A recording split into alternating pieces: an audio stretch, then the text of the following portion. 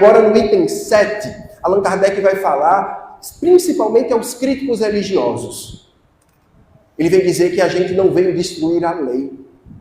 Porque existem irmãos e irmãs nossas, filhos de Deus como nós, que a nossa doutrina espírita, que nós colocamos como esclarecedora, baseada na ciência, na filosofia e com moral cristã, não é melhor que a deles, mas a deles também não é melhor do que a nossa.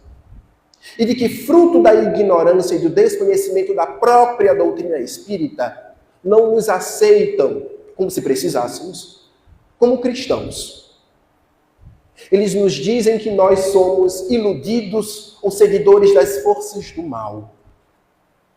Eles nos dizem que nós estamos enganados, seguindo a espíritos que não são espíritos, que são consciências maléficas que caíram do céu em algum momento. Lamento por esses, porque falam a respeito de uma doutrina espírita que não conhecem. Falam por ignorância.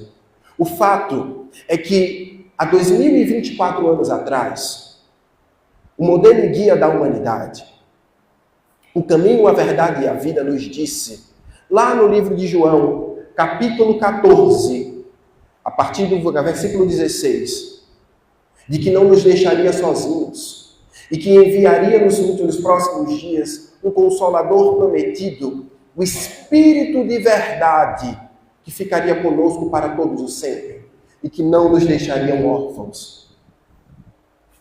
1857 anos depois, o Espírito de verdade, onde podemos ver textualmente em obras póstumas, comunica-se nas sessões de mesas girantes e posteriormente mediúnicas inteligentes, na casa da senhora Pled-Maison e na casa da família Baudin, informando que para Allan Kardec ficaria com ele um quarto de hora, e comunicaria com ele e que poderíamos chamá-lo de verdade, e que conduziria a nossa mente. Portanto, Jesus volta, através do Espiritismo, para iluminar as consciências atrasadas.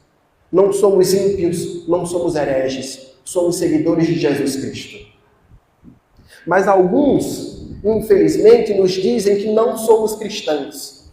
Allan Kardec vai nos dizer, lá na introdução de um livro do Evangelho segundo o Espiritismo, a qual obra também é atacada, porque dizem que Jesus já disse tudo e tudo é repositório na Bíblia no Novo Testamento, portanto seria inútil uma outra obra falando de Jesus. Eles vêm nos dizer de que todas as nossas filosofias são antiquadas ou equivocadas, advindas do mal, porque nós infringimos a lei de Moisés, lá no Deuteronômio 18:11, que diz que é proibido consultar os mortos. Senhoras e senhores, ao ouvirmos este tipo de pensamento, não rebatam, não precisa, mas nós podemos nos afirmar que o Espiritismo, desde Allan Kardec, nunca se comunicou com os mortos. Nenhum espírita, nenhum médium fala com os mortos, porque morto não fala, morto não responde. O Espiritismo fala com os vivos, que transcenderam a morte do corpo. Morto é o corpo, e que hoje provam, e sempre provaram através dos tempos, que estão vivos e que é o nosso futuro. Aqueles que erraram se comunicam conosco nas sessões de desobsessão, equivocados sim, mas nos dando o ensinamento de não peguem este caminho.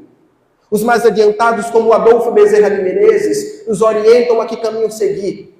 Não somos hereges, somos filhos de Deus, guiados sim por vivos, por permissão de Deus. Não aqueçam suas cabeças com essas críticas levianas e infundadas, pobres de conhecimento. Agora nós podemos dizer mais, que nós não falamos com os mortos, que as nossas comunicações mediúnicas são verdadeiras e reais e abençoadas por Deus. Porque sempre assim foi, desde que mundo é mundo. Porque Allan Kardec, no próprio Livro dos Espíritos, nos dirá, em As Leis Naturais, que a comunicação é normal, de que é dita por Deus, e assim é a regra.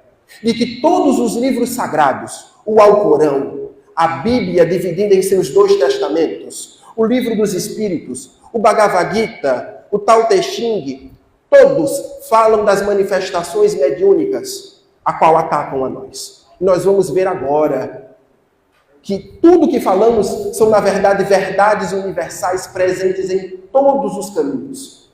Por exemplo, lá no capítulo 2, versículo 28 do profeta Joel, no Velho Testamento, ele faz uma profecia dizendo que nos últimos dias, e quando a gente vai falar em nos últimos dias, não é fim dos tempos, o apocalipse que está na moda, mas é dos tempos vindouros, ele vai dizer que os jovens sonharão sonhos, que os mais velhos terão previsões. Ou seja, a faculdade, o dom espiritual seria ao alcance de todos. Mas 1857 anos depois da vinda do Cristo, Allan Kardec nos dirá em O Livro dos Médiuns, no capítulo 14, a faculdade mediúnica, a mediunidade é uma faculdade orgânica. Raros são aqueles que não têm sequer dela um rudimento. Ou seja, assim como o profeta Joel, que está na Bíblia, nos diz que todos somos médiuns. Os sons espirituais estão espalhados sobre todos nós. Portanto, desde a antiguidade, no livro sagrado da Bíblia, já estava lá. Os ignorantes que não quiseram ler o Velho Testamento e relacionar com a doutrina de Allan Kardec, vai nos falar a mesma coisa. A crítica se dá à forma, a palavra não ao conteúdo. Aqui, já no Novo Testamento, o evangelista Mateus nos diz: e chegando Jesus às partes de Cesareia e Filipe, interrogou seus discípulos dizendo: quem dizem os homens ser filho do homem? Aí agora é a resposta dos apóstolos. Eles disseram uns, João Batista, outros Elias, outros Jeremias, ou um dos profetas. Uma observação.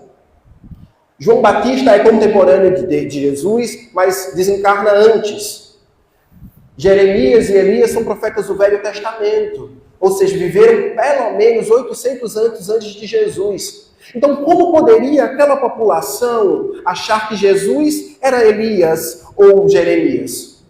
Reencarnação, meus amigos. A reencarnação sempre esteve no Novo Testamento e não viu quem não quis. Como diz o próprio Jesus, quem tem olhos que veja. Aqui embaixo, já no capítulo seguinte de Mateus, ele vai nos dizer: digo-vos, que Elias já veio e não conheceram, mas fizeram-lhe tudo o que quiseram. Assim farão também o padecer do Filho do Homem. Ou seja, Jesus está dizendo: eu não sou Elias, eu sou Jesus. Mas Elias já veio, é a reencarnação de João Batista. Mas vocês não tiveram olhos de ver. A reencarnação sempre esteve presente. Allan Kardec, em o capítulo 1 do livro do Evangelho segundo o Espiritismo, vai nos dizer: a reencarnação fazia parte dos dogmas dos judeus, sob o nome de ressurreição. Se ateram à forma, à questão gramatical, e não ao conteúdo. Alguns vão dizer de que Vitor, na Bíblia não tem a palavra reencarnação, não tem a palavra mediunidade, não tem a palavra perispírito. É real, afinal, já na introdução do livro dos Espíritos, Allan Kardec vai dizer que para nova ciência, novos termos.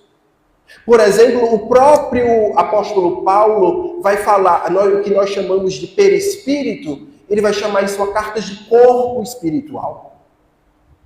Portanto, sempre esteve lá. Agora nós vamos propriamente falar do intercâmbio com os tais mortos, que nunca estiveram mortos.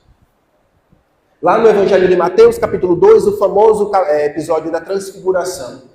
E transfigurou-se diante deles, e o seu rosto resplandeceu como o sol, e suas vestes se tornaram brancas como a luz. E eis que lhe apareceram Moisés e Elias falando com eles. Ora, Elias e Moisés morreram há pelo menos 800 anos antes de Cristo.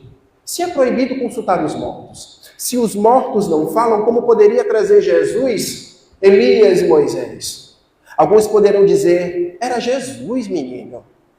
Mas Jesus vai dizer que tudo o que ele fazia, a gente podia fazer também. Portanto, era possível. Portanto, a comunicação mediúnica entre encarnados e desencarnados, não mortos, sempre existiu. Paulo vai falar a respeito, na sua segunda carta aos Coríntios, dos fenômenos anímicos, onde ele vai dizer: conheço um homem em Cristo que há 14 anos, se no corpo ou não sei fora do corpo, foi arrebatado ao terceiro céu. O terceiro céu é a dimensão celestial, ou seja, um mundo espiritual. É o que nós vamos chamar de desdobramento, ou Allan Kardec vai chamar de emancipação da alma. A partir da questão 400 e o Livro dos Espíritos, e também no Livro dos Médiuns, em Médiuns Sonambúlicos. No livro de Atos, capítulo 2, o apóstolo Pedro vai nos narrar: e todos foram cheios dos Espíritos Santos e começaram a falar em outras línguas, conforme o Espírito Santo lhe concedia que falassem. Allan Kardec chama este fenômeno mediúnico de xenoglossia, o ato de falar em outro idioma. Nós nunca fizemos algo de diferente do que houve no mundo. Nós nunca estivemos contra a lei de Deus. Nós a codificamos, nós a entendemos e desmistificando o que antes era entendido somente por alegorias. O equívoco não é da Bíblia. Allan Kardec vai nos dizer na introdução do Evangelho segundo o Espiritismo que a Bíblia é perfeita, nós é quem erramos no entendimento.